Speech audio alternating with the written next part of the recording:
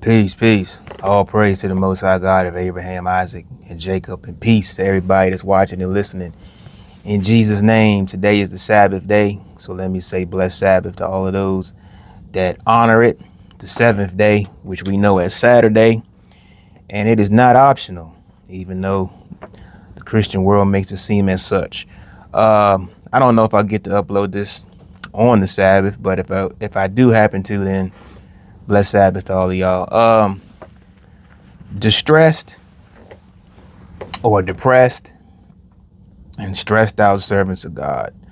I never want y'all to come on here and look at me just because I happen to have a little bit, and I do mean a little bit, of understanding of God's word.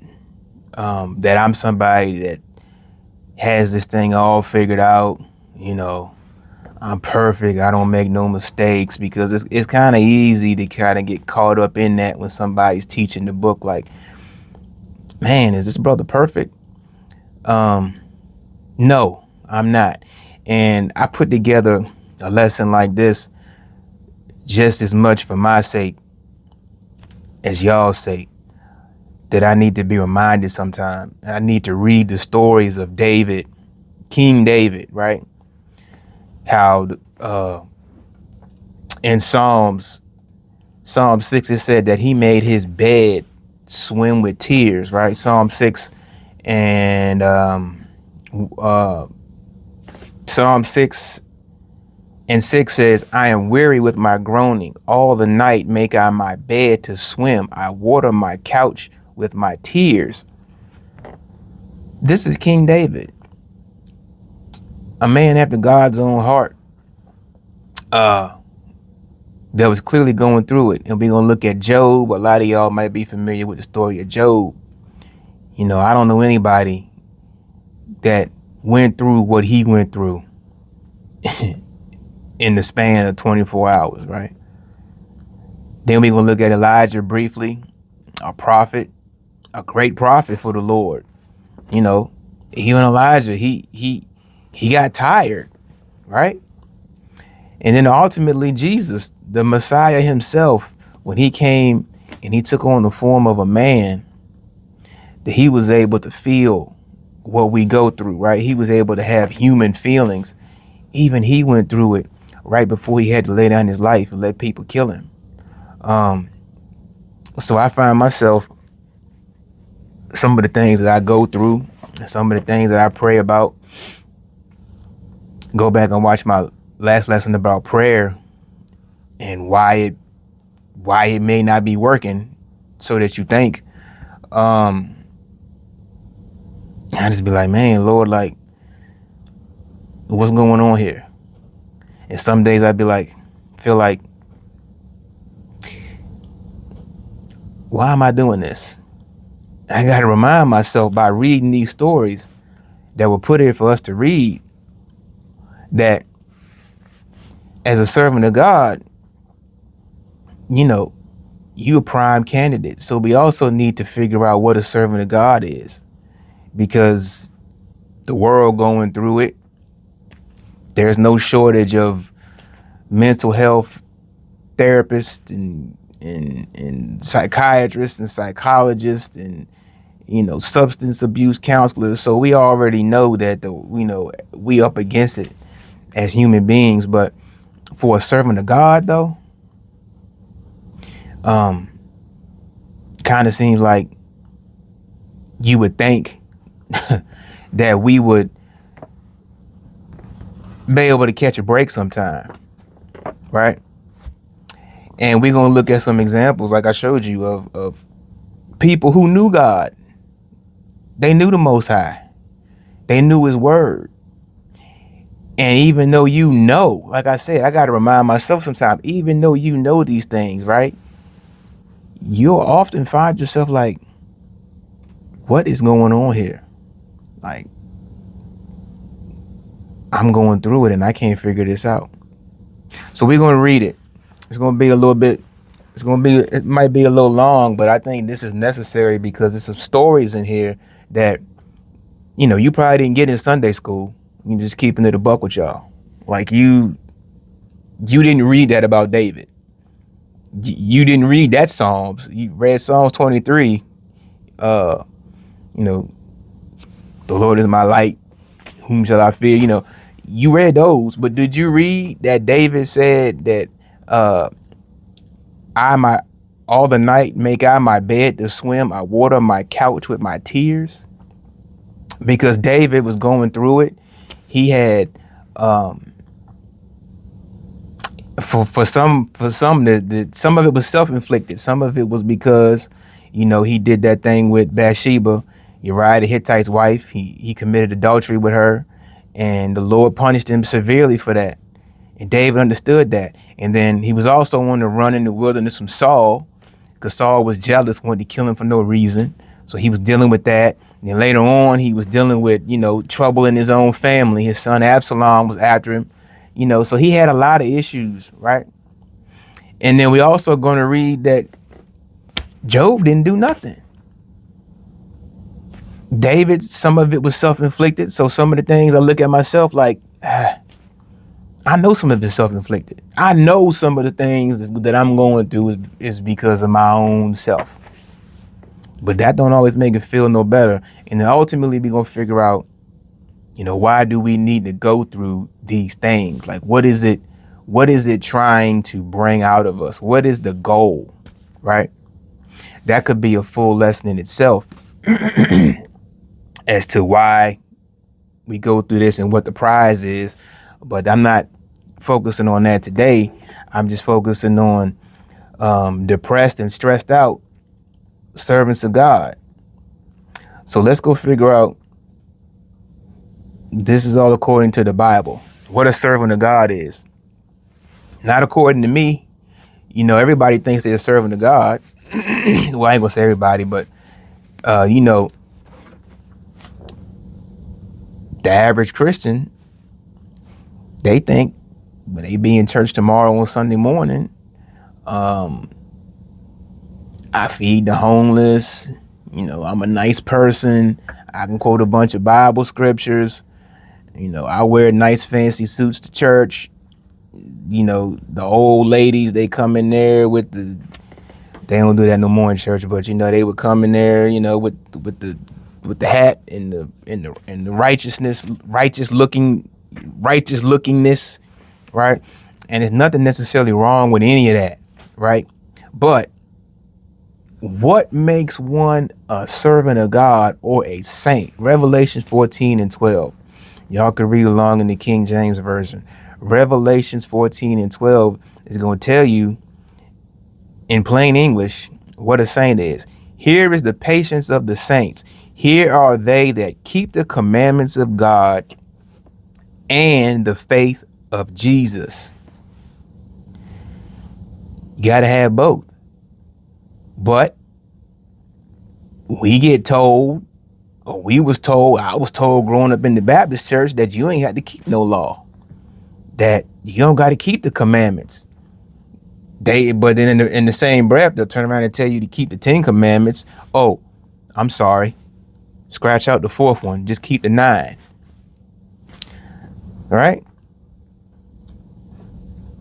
Deuteronomy 6 and 24. So what makes, people say, righteousness, what is righteousness? What makes one righteous? Again, does it have anything to do with how godly you might look and sound to people? Deuteronomy 6, 24 and 25. And the Lord commanded us to do all these statutes, to fear the Lord our God, for our good always, that he might preserve us alive as it is at this day.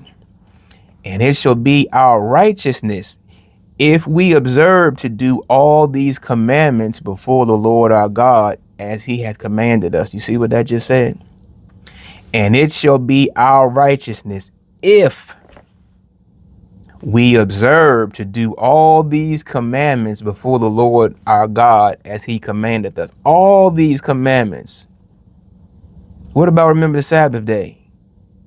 You ain't got to do that. What about eating pork? Well, all that's been done away with. That ain't what I just read. So how in one breath you gonna call yourself righteous or a servant of God or a saint if you're not observing to do all these commandments? And again, we're at different places in our walk, right? I didn't grow up keeping the Sabbath. I didn't grow up keeping the dietary law. I ain't ate pork in a long time, even before this. But blue crabs and shrimp, that's a big deal where I'm from, right? So at the cookout, it was blue crabs and it was shrimp and butter, and that was a good time, right? And a lot of us, we grew up in church. We had church people there, on the holidays. You got the preacher, he blessing the food. You got ham on the table and all of that, and we think we servants of God. But we read in Revelation 14 and 12, here is the patience of the saints. Here are they keep the commandments of God and the faith of Jesus. Gotta have both. Paul knew. Ephesians 5. Then we're going to look at some of these depressed true servants of God, right? Ephesians 5. Ephesians 5. And we're going to start at 1. Be ye therefore followers of God as dear children, and walk in love, as Christ also hath loved us, and hath given himself for us an offering and a sacrifice to God for a sweet smelling savor. So you got to believe that. You got to believe that Jesus offered himself up for you, right? Because even though you got to keep the commandments, that's part of it in order for you to be righteous or a saint, right? That's part of it. But we all know that we all dropped the ball when it came to that. We all broke the law. So we needed a sacrifice. We needed Jesus to sacrifice himself for us. So you got to believe that. Remember, we read Revelation 14. You got to have both. And Paul gonna lay out some commandments. But fornication, we know what that is, and all uncleanness or covetousness, let it not be once among you. Let it not be once named among you, as becometh saints. So we got commandments, right? That he told you don't break. And also before that, we read that he said that saints also believe that God gave, or God in the flesh, the Son gave himself up for us as a sacrifice. Neither filthiness, nor foolish talking, nor jesting, which are not convenient, but rather giving of thanks. For this ye know, that no whoremonger, nor unclean person, nor covetous man, who is an idolater, idolatry, nobody talks about that, hath any inheritance in the kingdom of Christ and of God. So you got to have both. I'm just reading this just to let you know. When we talking about servants of God, again, we know we are at different places, but in order to be qualified as a servant of God, you got to have both. And these men that we're going to read about were true servants of God, yet they were depressed and stressed out at times. So, hopefully this lesson can be a little bit of an encouragement to you, that that the Bible also says in Corinthians that none of this is common. Like, whatever you're going through, it's already somebody and already been through it. Regardless of how bad you think your situation might be, somebody that already been through it. And it don't make, sometimes it don't make us feel any better when it's pitched to us that way, but it is the truth, right? Last thing on the saints before we get into the depression. Isaiah 64:6. But we are all as an unclean thing, and all our righteousness are as filthy rags, and we all do fade as a leaf, and our iniquities like the wind have taken us away. So it says our righteousness are like filthy rags, again, because as much as we think we doing what we doing, You know, a lot of us, we keeping the commandments, we keeping the feast days, we keeping God's commandments, we keeping the law, we keeping the Sabbath. We not fornicating, we not eating pork. Um, we trying to show love to our neighbor. We trying to love our brother. Look, the Bible said, oh, that's filthy rags, right? Because I'm gonna read it. Because all of that, you think, like I said, I don't want nobody to ever think that I'm some brother that's above you, wherever you at. 1 Peter 4:18. And if the righteous scarcely be saved, where shall the ungodly and the sinner appear? It said the righteous is scarcely going to be saved. The righteous is just barely going to make it, right? So none of us can thump our chests or boast about, you know, the things that we do, right? Because we definitely ain't no better than these men I'm getting ready to read to y'all. We definitely ain't no better than King David, a man after God's own heart, or Job, a perfect and upright man, the Bible called him. Elijah the prophet, right? Jesus the Messiah, all of them depressed and stressed out at some point in their walk, right? So let's go look at David. We're just going to read some of the things that he said. Let's just read some of these Psalms that don't get read to us in Sunday school. Like, let's read, you know, in church, a lot of times the pastor in traditional church, he'll read you maybe a few verses, if that. And then he'll just make a big sermon, right? Crafted off of what came up in his head. So you don't get no understanding of the Bible. You don't get no book. I mean, I know this is weird to people. That's why, you know, channels like this and teachers like me and my teachers, we don't get a lot of views. We don't get a lot of subscribers because this is boring to people. I understand that, right? You know, I tried to make it boring, but at the end of the day, look, don't you think you need, if you depressed and you stressed out and you going through it, don't you think it would help you if I read to you what I'm about to read to you in the rest of this lesson? Don't you think that this is going to help you? But the preacher thinks that what he crafts, and because he understands how to play on your emotions, right? That he'll craft some little fancy sermon based off of one scripture, but he ain't giving you no word. Listen what the Bible says about depression. How long, Psalm 13:1. Psalm 13:1. How long wilt thou forget me, O Lord, forever? How long wilt thou hide thy face from me? How long shall I take counsel in my soul, having sorrow in my heart daily? How long shall my enemy be exalted over me? Consider and hear me, O Lord my God. Lighten mine eyes, lest I sleep the sleep of death. Lest mine enemies say, I have prevailed against him, and those that trouble me rejoice when I am moved. But I have trusted in thy mercy. My heart shall rejoice in thy salvation.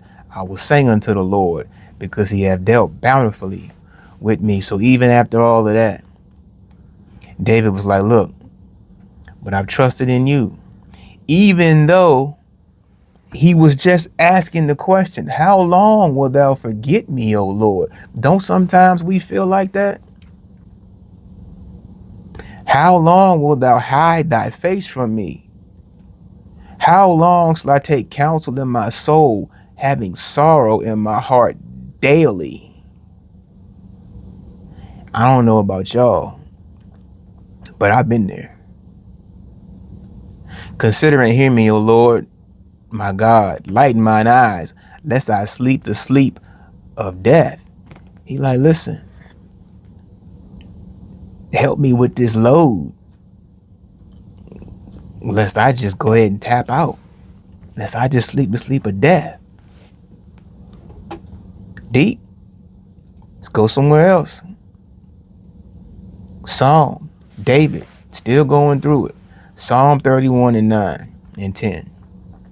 Psalm 31, 9 and 10. Have mercy upon me, O Lord, for I am in trouble.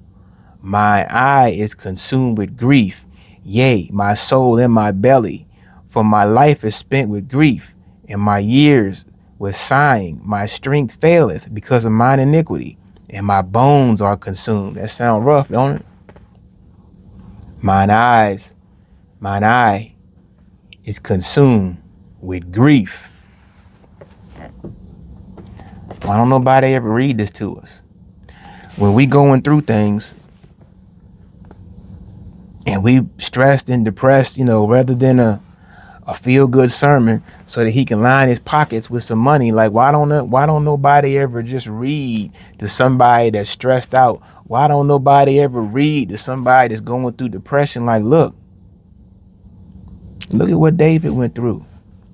And David was a true servant of God.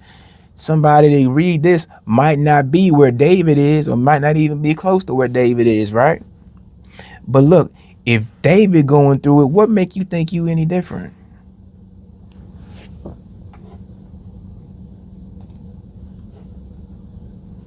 Another place. Listen to this. Psalm 38. Now this, David understood, just like I understand. I understand a lot of why some of the things I'm going through is self-inflicted. Now David knew that it was going to be some fallout from what he did with Bathsheba when he committed adultery with her. He knew it was going to be some fallout, but even still, he's praying for mercy. Listen to what he said in Psalm 38. O Lord, rebuke me not in thy wrath, neither chasten me in thy hot displeasure. For thine arrows stick fast in me, and thy hand presseth me sore. Listen, that sound rough, don't it?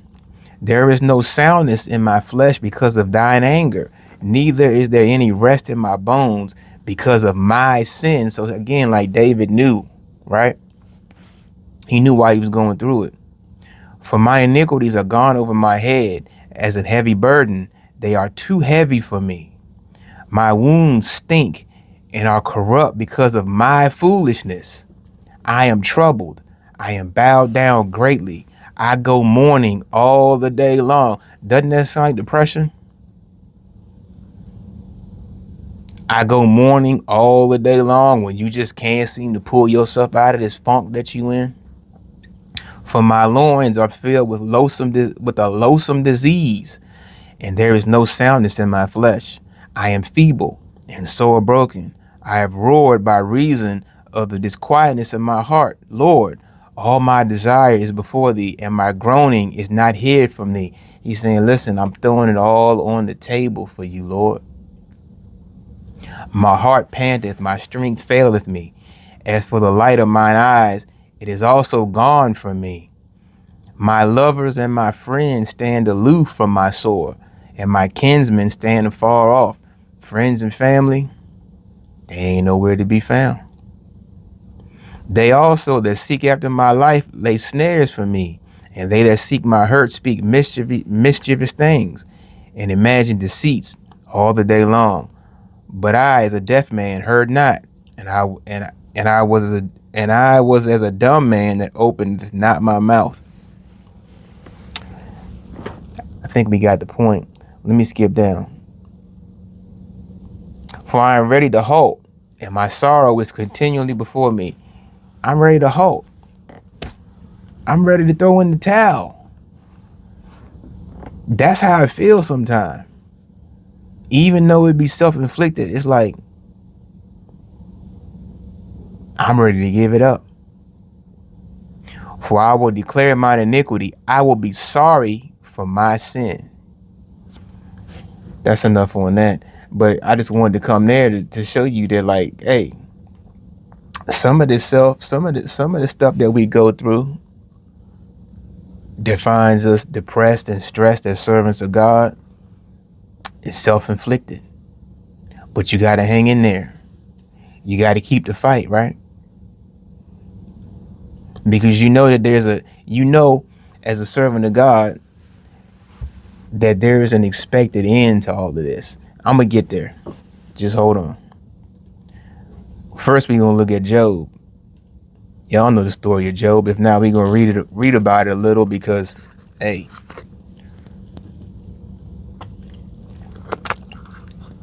I wouldn't dare say, man, I'm going to do it like Job. What I'm going through, or whatever you're going through, probably ain't nothing compared to what Job went through. And let's see if it was self-inflicted. Let's see why. Why was he a depressed and stressed servant of God? Job 1. There was a man in the land of Uz whose name was Job, and that man was perfect and upright, and one that feared God and eschewed evil. So the Bible says Job was a perfect man, perfect and upright. But what happened? We're going to skip down to 6. Now there was a day when the sons of God came to present themselves before the Lord, and Satan came also among them. And the Lord said unto Satan, Whence comest thou? Then Satan answered the Lord and said, From going to and fro in the earth, and from walking up and down in it. And the Lord said unto Satan, Hast thou considered my servant Job, that there is none like him in the earth, a perfect and an upright man, one that feareth God and escheweth evil? So Satan is walking up and down in the earth, seeking whom he may devour, right? He looking for somebody to mess with. So consider that when you're going through things, right? But what did God do? God pointed out a perfect and upright man. He said, have you thought about Job? You're looking for somebody to mess with. Have you thought about Job? Then Satan answered the Lord and said, Doth Job fear God for naught? He like, yeah. But I consider Job, but do he fear you for nothing? Why would he say that? Hast thou not made a hedge about him and about his house and about all that he hath on every side, that thou hast blessed the work of his hands, and his substance is increased in the land? So Job had plenty of money by the standards of his day, right? He said Job was a blessed man. So he said he don't fear you for nothing. I mean, look you blessing him, right? So of course he's serving you because he got it good. Why not? But it's what Satan, this is what the pitch Satan made of the Lord. But put forth thine hand now and touch all that he hath, and he will curse thee to thy face. Pay attention to something there. Satan told the Lord, put forth thine hand, or put forth your hand and touch all that he hath. So Satan understood he can't do nothing without the Lord signing off on it. So think about that. When people say, I'm up against it, the devil messing with me. Yeah, that could be very well true. But who is allowing it to happen?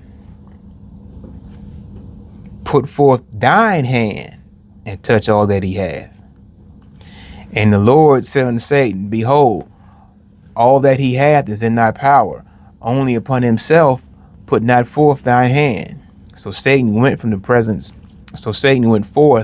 from the presence of the Lord. So Satan is like, does Job fear you for no reason? Look at all the stuff he got. But if you take everything away from him, he'll curse you to your face. Lord said, all right, bet, you got a deal. Take everything from him, just don't touch Job. So let's see what happened. And there was a day when his sons and his daughters were eating and drinking wine in their eldest brother's house. And there came a messenger unto Job and said, the oxen were plowing and the asses feeding beside them. And the Sabaeans fell upon them and took them away. Yea, they have slain the servants with the edge of the sword, and I only am escaped alone to tell thee. So all of Job's servants is gone. While he was yet speaking, all this happened at the same time. While he was yet speaking, there came also another and said, the fire of God is fallen from heaven, and hath burned up the sheep and the servants, and consumed them. And I only am escaped alone to tell thee. So there goes Job's sheep. Because sheep and cattle and livestock, you had to have a little bit of, that was considered wealth back in the day. You had to have a little bit of money to have those things, right? While he was yet speaking, there came also another and said, the Chaldeans made out 3 bands, and fell upon the camels, and have carried them away, yea, and have slain the servants with the edge of the sword. And I only am escaped alone to tell thee. So his sheep gone, and the servants attend the sheep are gone, the camels are gone, and the servants that tend the camels are the camels have been killed, and the servants that tend the camels have been killed, right? While he was yet speaking, we ain't done yet. While he was yet speaking, there came also another and said, thy sons and thy daughters were eating and drinking wine in their eldest brother's house. And behold, there came a great wind from the wilderness and smote the 4 corners of the house, and it fell upon the young men, and they are dead, and I only am escaped alone to tell thee. So Job lost all his possessions and his family and his sons and daughters, all dead. In the matter of, he got all this information in a matter of minutes. Then Job arose and rent his mantle, and shaved his head, and fell down upon the ground and worshipped, and said, naked came I out of my mother's womb, and naked shall I return thither. The Lord gave, and the Lord hath taken away. Blessed be the name of the Lord. In all this Job sinned not, nor charged God foolishly. Man. So, you think about, I think about some of the things that I complain about. And I think about some of the woe is me moments that we have. Some of the woe is me moments that I have. And then I read something like that, and it really should kind of make you feel stupid. Like it really should. Right? Or even on a lesser scale, like some of the things that we going through that's causing us to be depressed and stressed servants of God. If you were just to go and, go to the hospital and look at some people who would just give up everything to be healthy, give up everything to be where you're at. They might have gotten the diagnosis where they only have days or months or weeks to live, right? And here it is, we complaining about what? Right? Something to think about. So the deal was that Satan was allowed to take everything, including Job's family, from him, except his wife, but not touch his body. So Satan made good on the deal, of course. So let's see what happened next. Job 2, start at verse 1. And there was a day when the sons of God came to present themselves before the Lord, and Satan came also among them to present himself before the Lord. And the Lord said unto Satan, whence comest thou? And Satan answered the Lord and said, from going to and fro in the earth, and from walking up and down in it. And the Lord said unto Satan, hast thou considered my servant Job? For there is none like him in the earth, a perfect and upright man, one that feareth God and escheweth evil. And still he holdeth fast his integrity, although thou movest me against him to destroy him without a cause. So he said, listen, if you consider Job, he's still holding fast his integrity, even though you movest me against him to destroy him without a cause. So why are we going through some of the things that we're going through? Maybe the Lord just trying to try you to see what you're made of. Maybe he's just trying to see if he can trust you. Because that's all it was about with Job, right? He knew Job. Obviously, Satan didn't know the manner of man Job was, right? So let's read on and see what happened. And Satan answered the Lord and said, skin for skin, yea, all that a man hath he will give for his life. But put forth thine hand now. Again, he's asking the Lord, put forth thine hand now and touch his bone and his flesh, and he will curse thee to thy face. He had to get permission. And the Lord said unto Satan, behold, he is in thine hand, but save his life. So went Satan forth from the presence of the Lord and smote Job with sore boils from the sole of his foot unto his crown. And he took him a potsherd to scrape himself withal. I'm not sure what that is, but it don't sound good. And he sat down among the ashes. Then said his wife unto him, dost thou still retain thine integrity? Curse God and die. But he said unto her, thou speakest as one of the foolish women speaketh. What? Shall we receive good at the hand of God? And shall we not receive evil? In all this did not Job sin with his lips. There's a couple takeaways from that. But,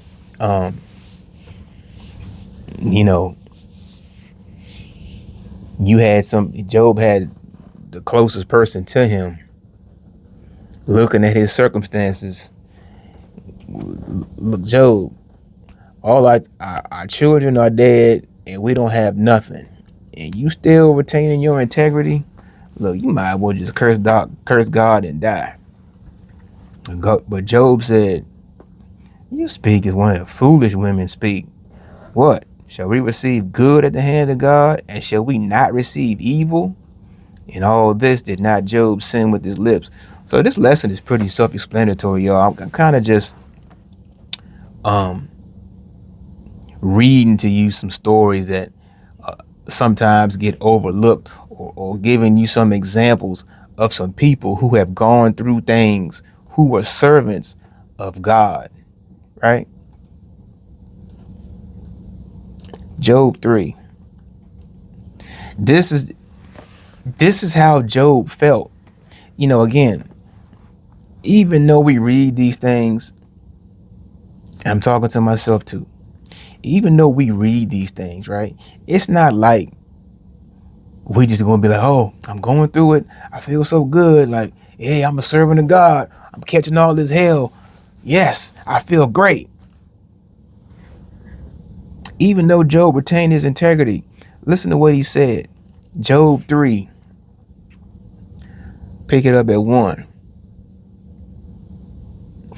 After this opened Job his mouth and cursed his day. And Job spake and said, let the day perish wherein I was born, and the night in which it was said, there is a man child conceived. Let that day be darkness. Let not God regard it from above. Neither let the light shine upon it. Why died I not from the womb? Why did I not give up the ghost when I came out of the belly? Man, you talk about depression. Job saying, curse the day and I was born. Like, why didn't I just die from the womb? I'm going through all of this. I didn't even do nothing. Why died I not from the womb? Why did I not give up the ghost when I came out of the belly? I should have been a stillborn. Better to be dead than to be going through all of this. You think that's not some depression and some stress?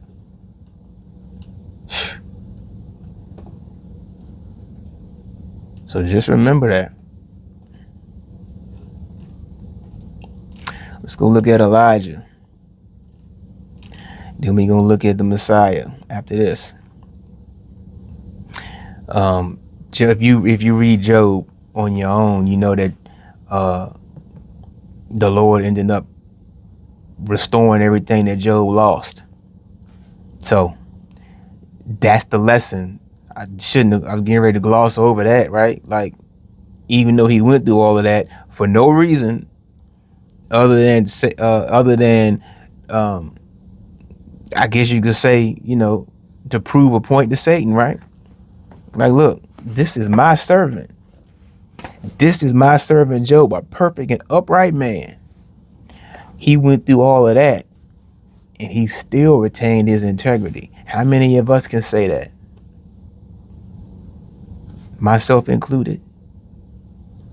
Can we go through what we go through? Can we be depressed and stressed and still keep our integrity?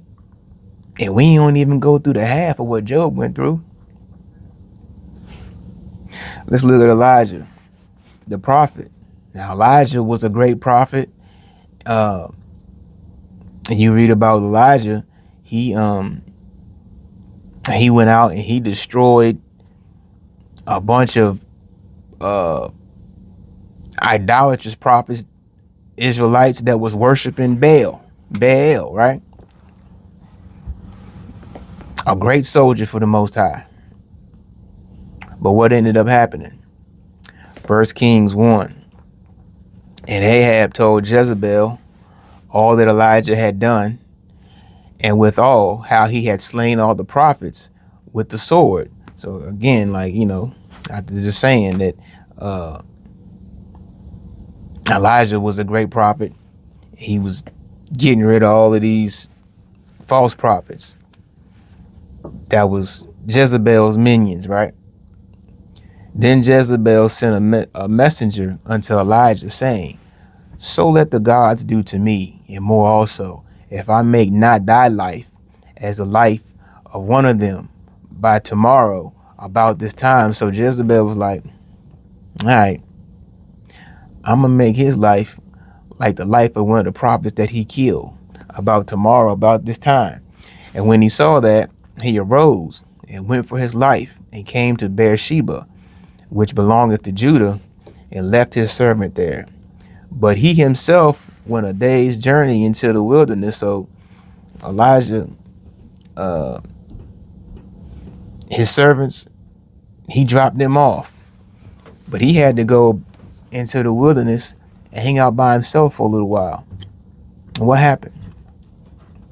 But he himself went a day's journey into the wilderness and came and sat down under a juniper tree.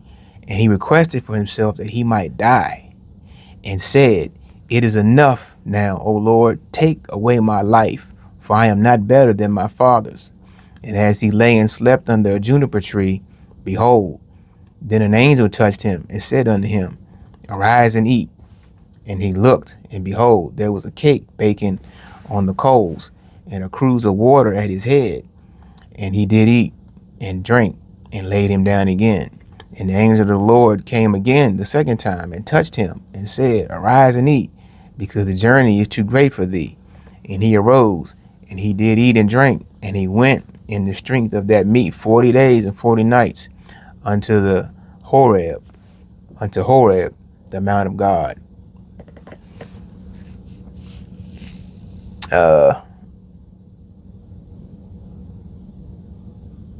So what happened? 10, skip down.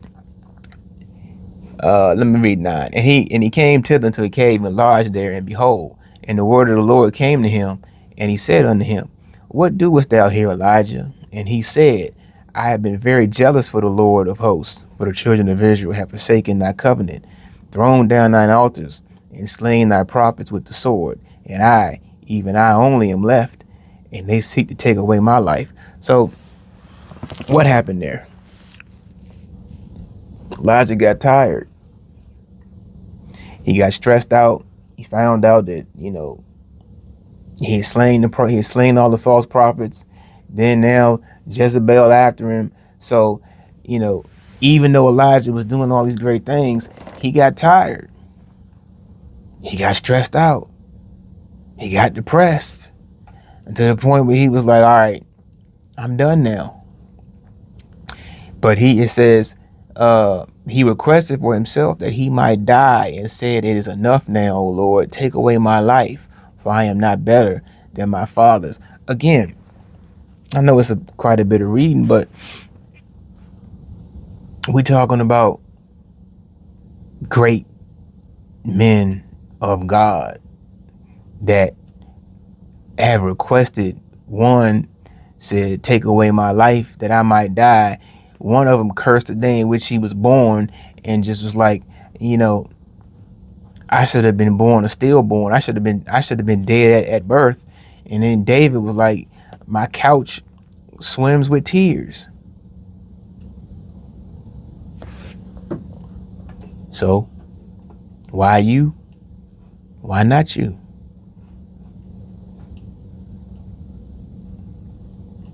Are we getting to the end? Let's go look at the Messiah.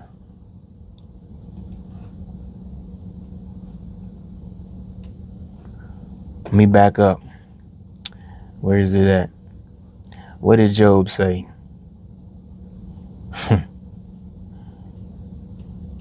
I don't think I put it in here. Here it is. Let's go look at the Messiah. But first, Job 14:1 says, man that is born of a woman is of a few days and full of trouble. That goes for women too. Mankind, right? So it don't take long, right?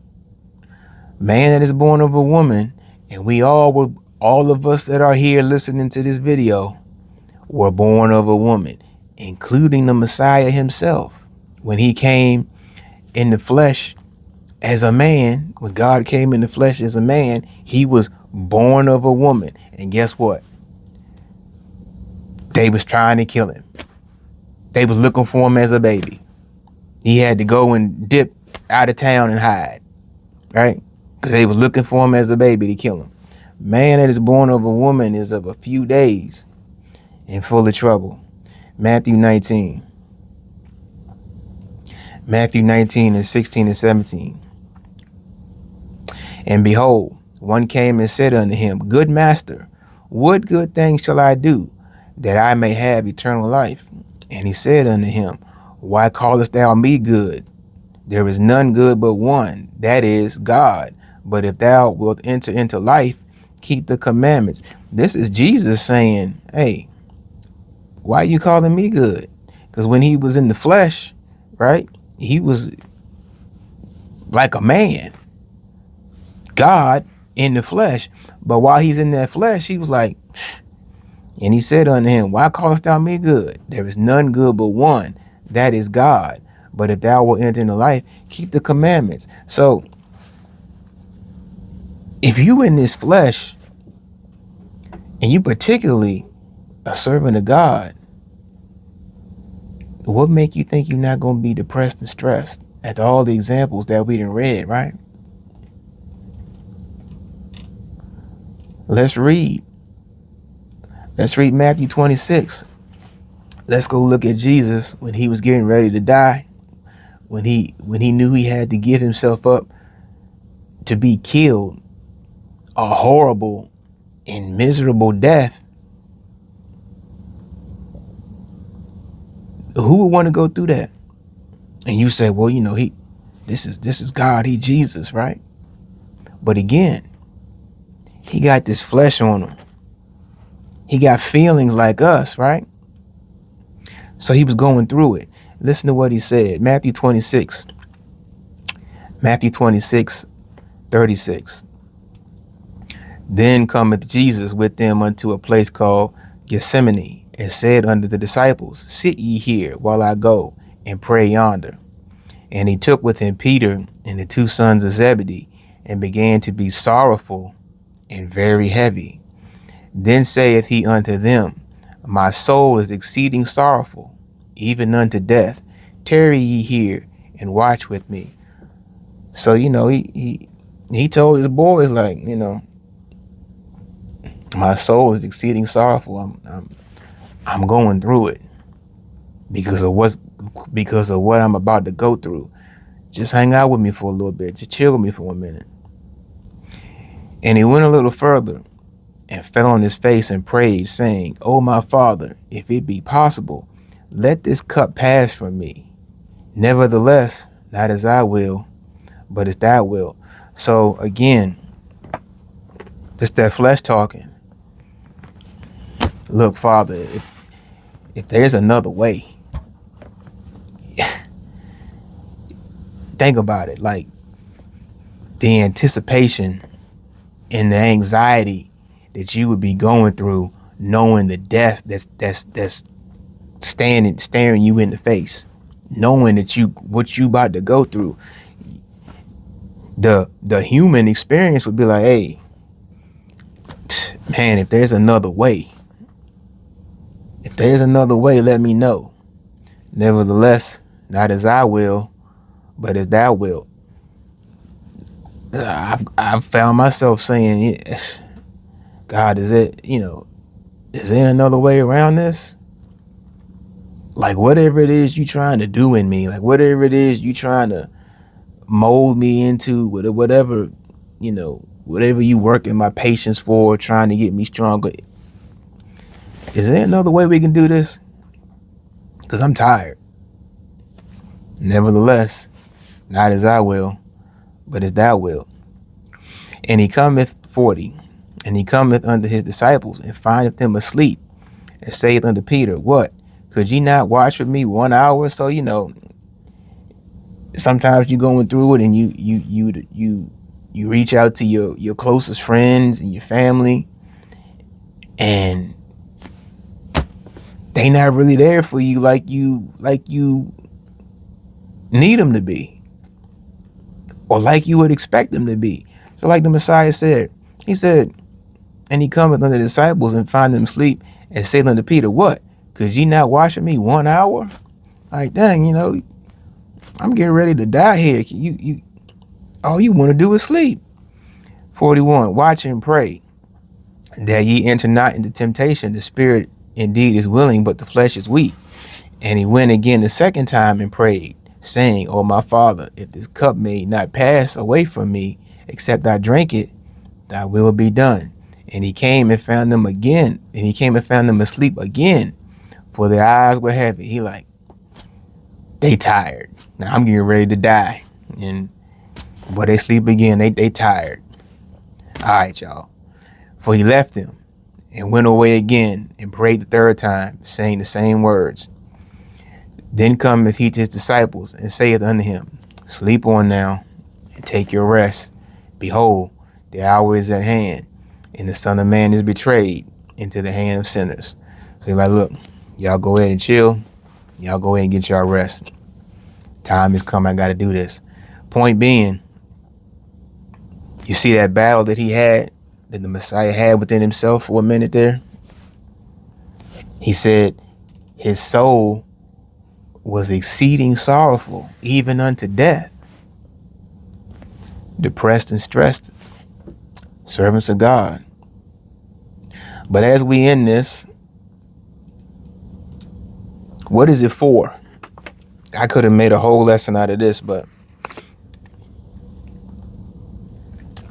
I just wanted to read to y'all some examples of depression and stress from servants of God. But what is the point? What is it trying to bring? What is it trying to make us into, right? Hebrews 12, 5 through 11. "And ye have forgotten the exhortation which speaketh unto you as unto children. My son, despise not thou the chastening of the Lord, nor faint when thou art rebuked of him. For whom the Lord loveth, he chasteneth, and scourgeth every son whom he receiveth. If ye endure chastening, God dealeth with you as with sons. For what son is he whom the Father chasteneth not? But if ye be without chastisement, wherefore all are partakers, then are ye bastards and not sons. So, you know, what what good would it be for you to have a child and you the parent and you just let them run wild? You gotta discipline them, right? But what's the discipline for? The discipline is to get them on the right path. So sometimes some of the stuff that we going through as servants of God, when we stressed and depressed, we have to understand and realize that it's all for a purpose.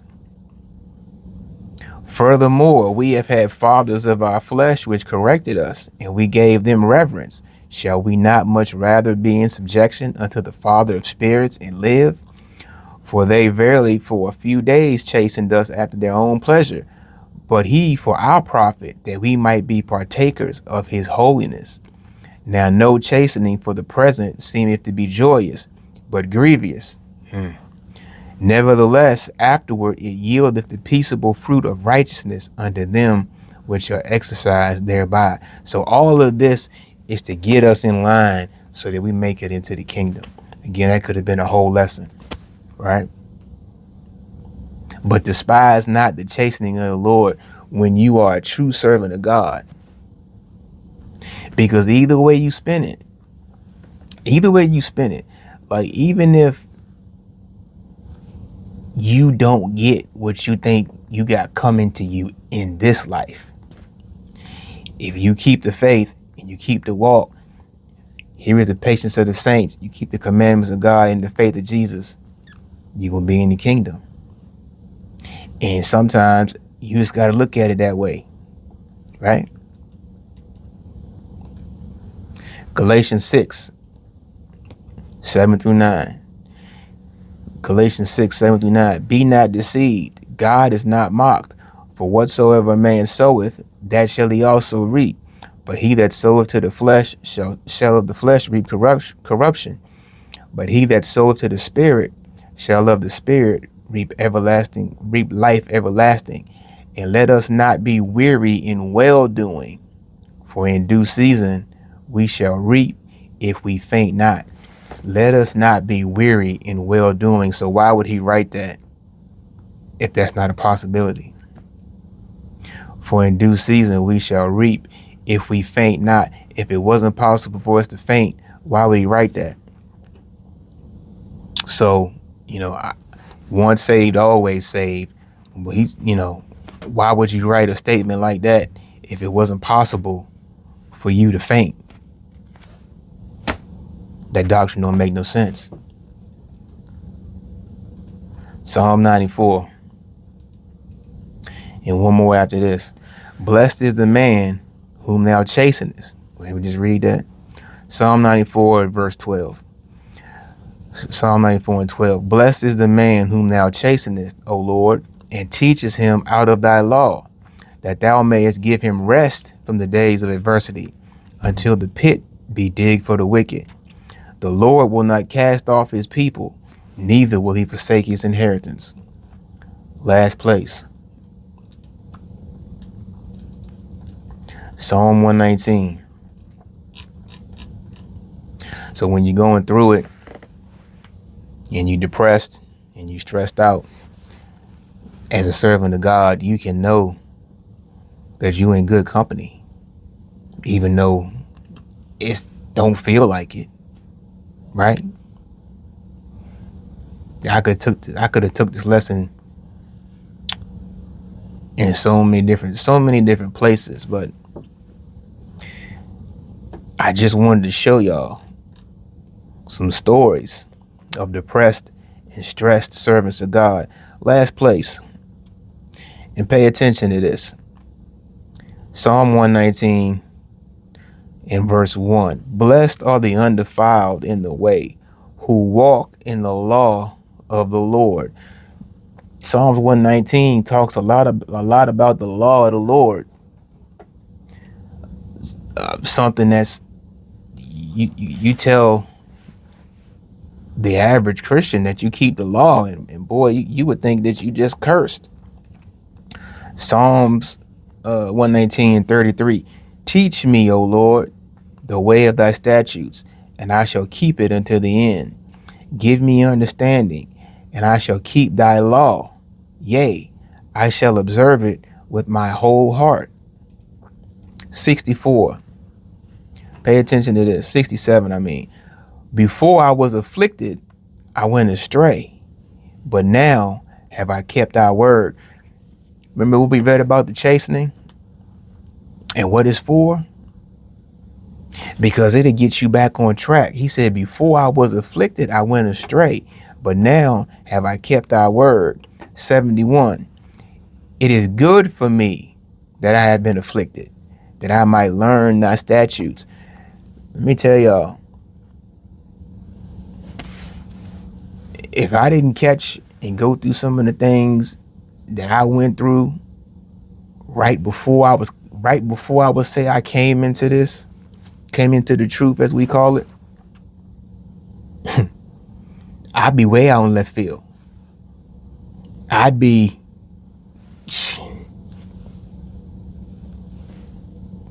out there running with the whores. Just keep it a buck, call it what it is. You know, I was a whoremonger and I enjoyed it. And if I hadn't gone through certain things that I've gone through, I'd still be out there. So it is good for me that I have been afflicted, that I might learn thy statutes. Had I never went through some of the things that I went through, or some of the things I'm currently going through, I wouldn't be on this internet doing this. I wouldn't be on here for an hour reading the scriptures to one or two people watching. I'd be on here doing something else, teaching men how to be a whoremonger. And like I see some channels, brothers be making and teaching men how to get women and all this kind of stuff. I'd be doing stuff like that. So it was good that he chasing me, that he's still chasing me to keep me on that right path. So think about it like that when you are a servant of God, or you striving to be a servant of God, right? 75. I know, O Lord, that thy judgments are right, and that thou in faithfulness has afflicted me. He said, I know that your judgments are right, and that thou in faithfulness hast afflicted me. It's all got a purpose. It's all got a reason. The depression, the stress, the loneliness, the uncertainty, you know, whatever it is that you're going through, it has a purpose. That chastisement has a purpose. We read it could be self-inflicted, might not be, but it's all got a purpose. And how we deal with it, that's another lesson too. Prayer and fasting. We read in Psalms, that was David crying out, right? David crying out to the Lord, Lord, I'm already hurting. Just don't, have mercy on me.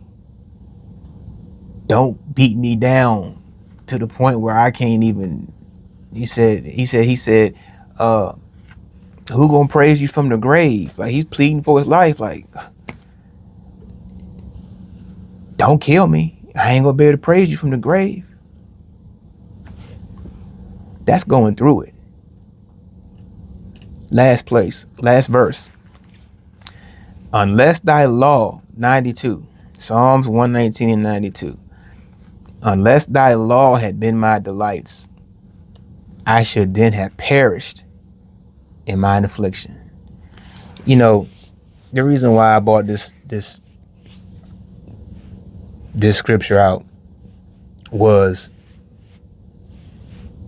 the law.